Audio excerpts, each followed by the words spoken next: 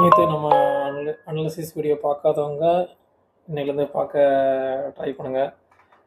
நேற்று நம்ம அனலிசிஸ் பண்ண மாதிரி கரெக்டாக மார்க்கெட் இந்த செல்லர்ஸை டார்கெட் பண்ணி இங்கே வந்து மார்க்கெட் இங்கேருந்து கன்சல்டேட் ஆகி கீழே விழும். நானுமே நேற்றுக்கு அனலிசிஸை மென்ஷன் பண்ணியிருந்தேன். நானுமே புட் சைட் தான் ஃபோக்கஸ் பண்ணுவேன் அப்படின்ட்டு. ஸோ மார்க்கெட் இன்றைக்கி ஸ்டார்ட் ஆகி சேம் அதே மாதிரி நடந்து கன்சல்டேஷன் கொடுத்து பிரேக் ஆகி இன்றைக்கி நமக்கு ஒரு பிஇ மூமெண்ட் இன்றைக்கி கிடச்சது அழகாக. இந்த புட் சைடில் நம்ம இன்றைக்கி நல்ல ஒரு ப்ராஃபிட் பண்ணியிருந்தோம்.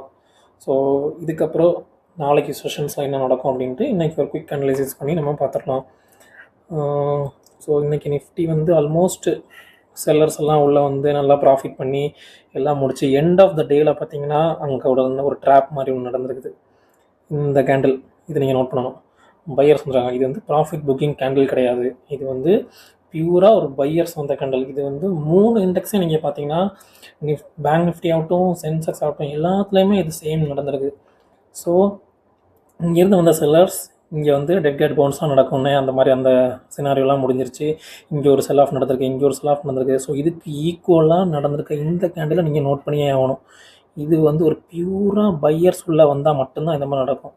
ஸோ இந்த மாதிரி பையர்ஸ் உள்ளே வந்தனால நாளைக்கு என்ன நடக்கும்? பிடிஎஸ்டி நம்ம பொதுவாக பண்ண மாட்டோம், ஒன்லி இன்ட்ராடே மட்டும்தான். ஸோ இது ஒரு அனலைசிஸ் மாதிரி நம்ம பண்ணி பார்க்கலாம். நாளைக்கு நம்ம எப்படி நம்ம இதில் பெர்ஃபார்ம் பண்ணலாம் அப்படின்ட்டு பார்க்கலாம். இதில் இப்போ லெவல்ஸ் பார்த்துக்கிட்டிங்கன்னா இப்போ மார்க்கெட் ஆல்மோஸ்ட் இங்கே பை நடந்து இப்படி நிற்கிதா. இப்போ 26,041 வந்து ஒரு ரெசிஸ்டன்ஸாக இருக்குது. அதுக்கு மேலே மார்க்கெட் போச்சுன்னா 26,125 ஆல் டைம்.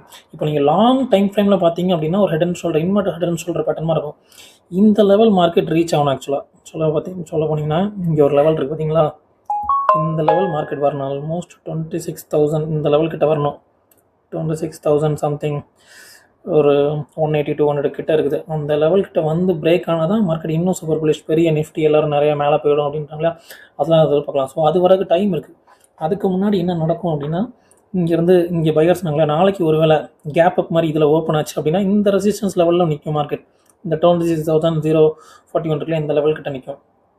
இதில் நின்று இது பிரேக் ஆகி இங்கே ஒரு க்ளோஸ் கொடுத்தனா நெக்ஸ்ட் இந்த லெவல் நம்ம எதிர்பார்க்கலாம் 25,125. அப்படி இல்லை இங்கே கன்சல்டேட்டாக இங்கே வந்துச்சு அப்படின்னா அகெயின் நம்ம இங்கேருந்து ஒரு செல்லிங், இங்கே போயிட்டு ஒரு செல்லிங் மொமெண்ட் நம்ம எதிர்பார்க்கலாம் 25,800. ஸோ இது ஒரு நல்ல ஒரு ரேஞ்சுக்குள்ளே நிற்கிற மாதிரி மார்க்கெட் நிற்கிது இப்போதைக்கு. ஒரு லாங் டைம் ஃப்ரேமில் பார்த்தீங்கன்னா இந்த ரேஞ்சுக்குள்ளே மார்க்கெட் நிற்கிற மாதிரி இருக்குது. ஸோ அந்த 25,800 26,000 இந்த ரேஞ்சுக்குள்ளே தான் மார்க்கெட் மேலே கீழேன்னு வந்துகிட்டே இருக்குது. நீங்கள் நல்லா ஷார்ப்பாக நோட் பண்ணி பார்த்தீங்கன்னா தெரியும். கம்மிங் இதுக்கு முன்னாடி இந்த ட்ரேடிங் டேஸ் மாதிரி இப்படி பாருங்கள், இப்படி இந்த ஒரு கன்சால்டேஷன் மாதிரி நடக்குது. ஸோ இது எவ்வளோ நாளைக்கு நடக்கும்னு யாருக்குமே தெரியாது. இங்கே இது எங்கே வேணாலும் பிரேக் நடக்கலாம். ஆனால் நம்ம இன்ட்ராடேயில் தான் நம்ம ஃபோக்கஸ் பண்ணுறோம். நம்ம ஸ்விங் ஃபோக்கஸ் பண்ணல, பிடிஎஸ்டி நம்ம பண்ணல, ஒன்லி பியூர் ஸ்விங் மட்டும்தான் நம்ம இங்கே நம்ம பியூர் இன்ட்ராடே மட்டும் தான் நம்ம ஃபோக்கஸ் பண்ணுறோம். ஸ்விங்கை பற்றி நம்ம எதுவுமே கேர் பண்ணிக்கல. ஸோ இன்ட்ராடேயில் என்ன நடக்குன்றதை மட்டும்தான் நம்ம இப்போ பார்க்கணும். ஸோ நாளைக்கு வந்து மேபி ஃப்ளாட்டில் ஓப்பனா இப்படி இந்த ரேஞ்சுக்குள்ளே நிற்கலாம். அதுக்கேற்ற மாதிரி பிளான் எடுக்கலாம். இதுக்குள்ளேயே தான் ப்ளே ஆகும். பார்க்கலாம். ஒரு வேளை இந்த லெவல் ரொம்ப க்ரூஷியலான லெவல் 25,800 இதை பிரேக் பண்ணால் தான் நம்ம ஒரு மேஜர் இன்னும் ஒரு நெகட்டிவ் நம்ம எதிர்பார்க்கலாம். இங்கேருந்து நெகட்டிவ் ஆகி இந்த லெவல் வரலாம் 717. இதையும் பிரேக் பண்ணால் மட்டும் தான் பெரிய நெகட்டிவ்னு ஒன்று இருக்குது. அப்படி இல்லைனா மார்க்கெட் இந்த ஸ்விங்க்லேயே நின்றுட்டு ஆல் டைம் ஹையை நோக்கி போகிறதுக்கான சான்சஸ் நிறைய இருக்குது. ஸோ நாளைக்கு வந்து காலையில் மார்க்கெட் எப்படி ஓப்பன் ஆகுதுன்றதை பொறுத்து தான் நம்ம வந்து முடிவெடுக்க முடியும் எப்படி இருக்குது அப்படின்ட்டு. ஸோ பிளான் ஆஃப் ஆக்ஷன் என்னென்னு பார்த்துடலாமா? ஸோ பிளான் ஆஃப் ஆக்ஷன் என்னென்னா, நாளைக்கு மார்க்கெட் ஒரு வேளை இந்த மாதிரி ஃப்ளாட்லேயே ஓப்பன் ஆச்சு அப்படின்னா பார்க்கலாம் எப்படி எங்கே பிரேக் ஆகுது அப்படின்ட்டு. ஒரு வேளை இங்கே பிரேக் ஆச்சு அப்படின்னா இந்த லெவலுக்கு வர வாய்ப்பு இருக்குது. இங்கே நடந்த கேண்டில் இதுக்கு ஈக்குவலாக இங்கே ஒன்று நடந்து இங்கே வரும். இங்கேருந்து மறுபடியும் மார்க்கெட் புல்லிஷாக வாய்ப்பு இருக்குது. ஒரு வேளை ஃப்ளாட்டாக ஓப்பன் ஆச்சுன்னா சைட்வேஸ்க்கு எதிர்பார்க்கலாம். இல்லை ரெண்டுமே நடக்கல, கேப் அப்பில் ஓப்பன் ஆகி இந்த லெவலுக்கு மேலே க்ளோஸ் கொடுத்துச்சுன்னா 26,000 மேலே க்ளோஸ் வர மாதிரி இருந்துச்சு அப்படின்னா நம்ம ஒரு புல்லிஷ் மூமெண்ட் எதிர்பார்க்கலாம். ரொம்ப சிம்பிள். ஓகே கேஸ், இன்றைக்கி அனாலிசிஸ் உங்களுக்கு புரிஞ்சிருக்குன்னு நினைக்கிறேன். நாளைக்கு மார்க்கெட் ஓப்பன் ஆகும்போது பார்க்கலாம் எப்படி இது பெர்ஃபார்ம் பண்ணுது அப்படின்ட்டு.